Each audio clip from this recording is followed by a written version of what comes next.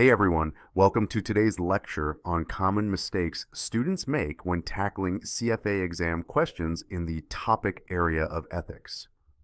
We have identified these 185 common mistakes from 22 subparts of 7 standards based on data from thousands of our CFA candidates at FinQuiz.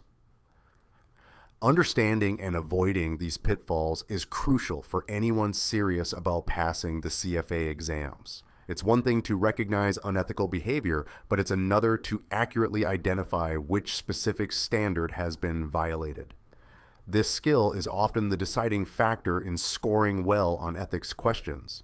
So as you prepare, make sure you're not just familiar with the concepts, but also confident in associating each type of violation with its corresponding standard.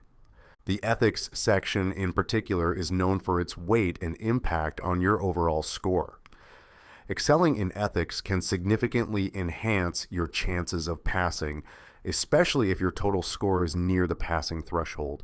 This makes it imperative to pay close attention to this video lecture. We're going to cover these 185 common mistakes. All right, let's dive into this.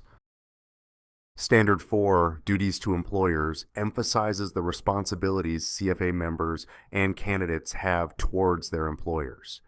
It has 3 subparts: loyalty, additional compensation arrangements, and responsibilities of supervisors. Loyalty to your employer means acting in the best interest of your employer and not engaging in activities that could harm the employer's reputation or operations.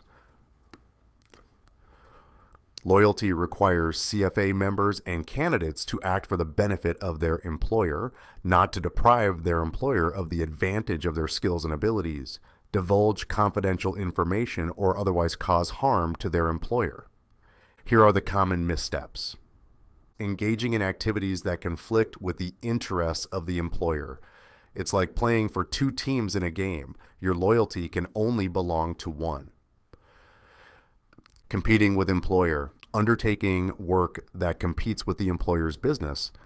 Think of it as opening a rival restaurant while working as a chef. It's a recipe for disaster. Using employer resources for personal gain without authorization. It's like borrowing the company car for a road trip, just not okay without permission. Sharing the employer's confidential information without permission. Imagine sharing a secret recipe. Once it's out, it's out. Failing to fulfill job responsibilities or perform duties diligently. It's like being the captain but not steering the ship. Unacceptable. Quitting without providing adequate notice or transition support. It's like leaving the party without saying goodbye. It leaves everyone in a lurch. Speaking negatively about the employer to clients or colleagues. Think of it as bad-mouthing your family. It's just not done. Not reporting potential conflicts of interest to the employer. It's like hiding a leak in a boat. Eventually, it will sink.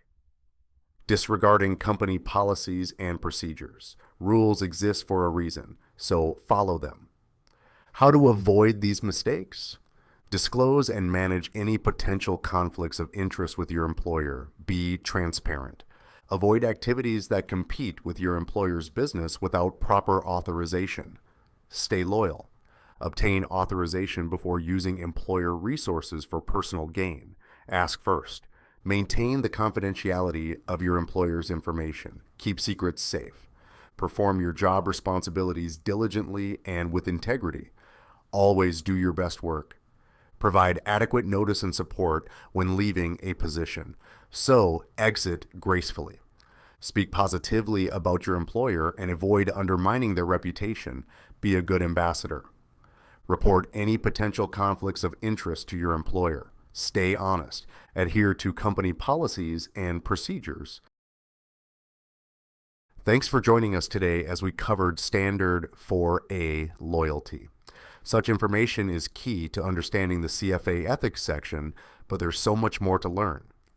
In the full lecture, we cover all 185 common mistakes across every standard and provide strategies to avoid them, ensuring you're fully prepared for the exam. To get the complete guide and boost your confidence, access the full paid lecture linked in the video description. Investing in this lecture is an investment in your future success as a CFA charter holder. Don't miss out on the insights that could make the difference between passing and excelling.